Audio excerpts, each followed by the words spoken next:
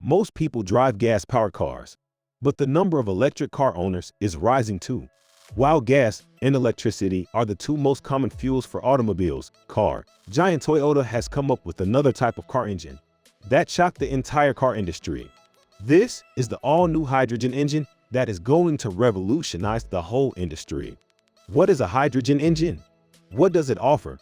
And how soon can you drive a Toyota with the all-new hydrogen? You have probably heard of electric cars or have even driven one. While the difference between electric and internal combustion engine cars is known, what is the difference between an electric vehicle and a hydrogen car? The biggest difference is that while you plug an electric car into the grid through a charger to charge the battery, in hydrogen car you pump hydrogen into the tank. So you pull up to a hydrogen station, just like a gas station, open your hydrogen tank and fill it up with hydrogen. Electric vehicles depend on the energy stored in a battery to run the electric motor, but it is the hydrogen that acts as a fuel in a hydrogen car. The battery in a hydrogen car is known as a fuel set. Another difference is that hydrogen cars produce waste, unlike purely electric cars. However, the waste from a hydrogen car is not harmful and you can even drink it. Water is the byproduct of a hydrogen car, and this is great for the environment. Now, will hydrogen cars ever replace electric cars? Before we answer that question, let's look at how a hydrogen car works. We'll start with the short version and then take on a more technical approach.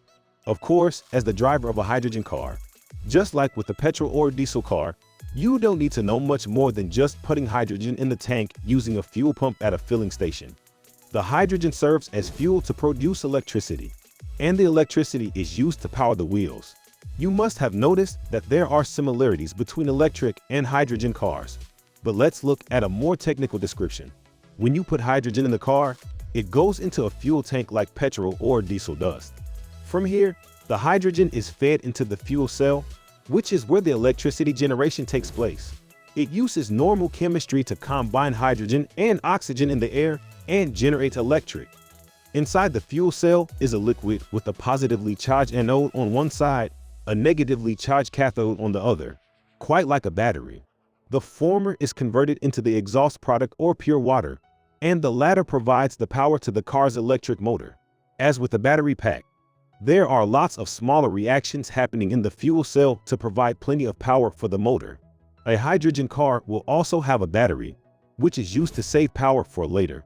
Of course, hydrogen is highly combustible and can cause lots of damage, but if you ever thought about how flammable petrol is too, we bet you don't. Even though it's always a few feet away from you, anywhere you drive you. But petrol cars are overwhelmingly safe because the news is not full of them catching fire and killing people. The same is true for modern hydrogen fuel cell cars. Hydrogen car makers have given special consideration to safety so that you can ride them without getting literally roasted. The hydrogen you pump into the cars is pressurized, and the tanks on board are designed to contain this extreme pressure, and more so, there should be no more danger than a normal combustion engine.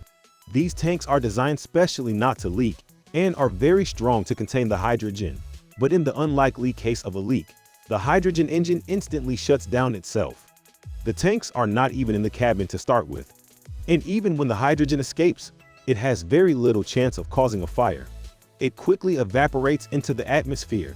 Of course, hydrogen fuel cells have other applications apart from propelling cars on the road. Did you know that spacefaring rockets use hydrogen fuel cells? During the early 1960s, General Electric produced the fuel cell-based electrical power system for NASA's Gemini and Apollo space capsules. General Electric used the principles found in the Bacon cell as the basis of its. The space shuttle's electricity is provided by fuel cells. The same fuel cells provide drinking water for the crew. In fact, NASA has been crucial to the development of hydrogen fuel cells because the agency has funded more than 200 research projects, which brought it to the level at which private companies like Toyota and Hyundai can take his up.